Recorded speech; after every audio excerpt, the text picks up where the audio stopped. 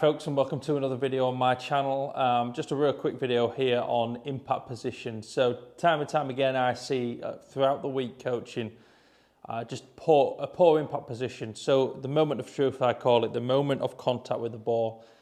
If your impact position is inconsistent, then it's a huge percentage of your game. That's talking about the irons really here. So anything that is sat on the turf, obviously we want to start making contact with the ball first to get a consistency of strike and distance. And therefore it encompasses a huge percentage of your game. You hit your tee shot down there, you're in the trees. Well, you want ball and then turf. You hit your tee shot, you're down the middle of the fairway, you've got 160 in. Well, you want ball then turf to start creating a consistency of carry distance to therefore have a more predictable iron outcome. You hit the ball to the, you're a high handicap golfer and you hit the ball to where your third shot is within chipping or pitching distance of the green, inside 100 yards. You want ball before the turf, and then you're getting in around the green, and there's a lot of talk about using the bounce and things like that, but if you've got an inconsistency of lie, then we predominantly want to catch the ball first for a predictable outcome. So it's a huge percentage of the game, and therefore I really highly recommend players practice that what a good impact position looks like. So what an impact position looks like obviously is pressure on the lead foot, the hip line turned a certain amount, varies with each player, but a pressure push into the lead foot, so the pelvis is shifted to the target and the hip line is open, and then the hands will naturally from there sit slightly ahead of the club face. Now, this is where it's so important that you establish what sort of face position you actually have. If you tend to have a weak open club face position, you're going to have a really poor impact position. If you tend to thrust your hips forward like so, you're going to have a poor, inconsistent impact position because you are not allowing yourself to have that turn and create that room and space.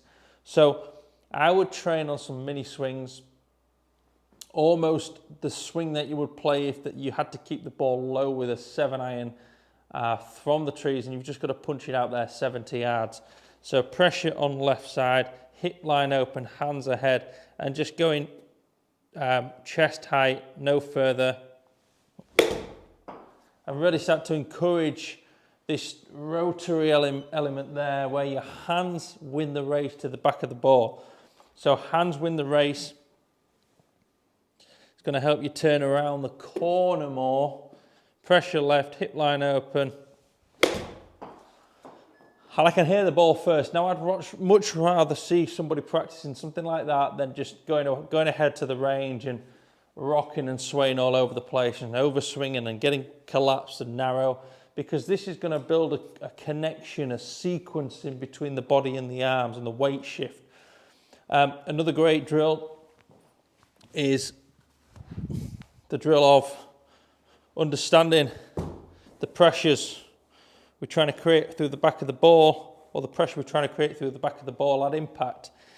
This heavy object here, if I was to try and push it forward, how would I do it?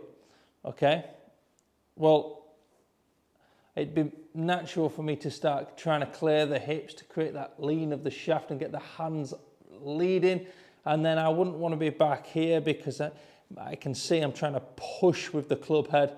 So it's this way and then driving. So that's the feel I want. If I can create that with the ball in the way, feeling like I'm still rotating, then I'm going to get that quality of strike that's going to help me become a more consistent player. See, I've hit that 112 yards, really just pitching it out there with a 9-iron. Not much power. The thing that is great about that is once you start to master that, you can just start to gradually add inches to your swing. So a tiny bit longer. And then all of a sudden that one has gone up to 122 yards. And I really didn't try and hit that hard. I just tried to focus on that technical aspect of creating the impact position. Tiny bit more speed. Still very much swinging within myself though. And that's popped up to 140 yards, saying 145 yards total. So really important we start getting that consistency of strike. I think it's going to help if you start by just playing them mini shots. I like to say, whatever you hit 150 yards, pull it out the bag and just try and punch it out there to the 100-yard marker, focusing on marrying that impact position up. So I hope that makes sense. Any questions, leave them in the comment section below, and I'll get back to you. Thank you.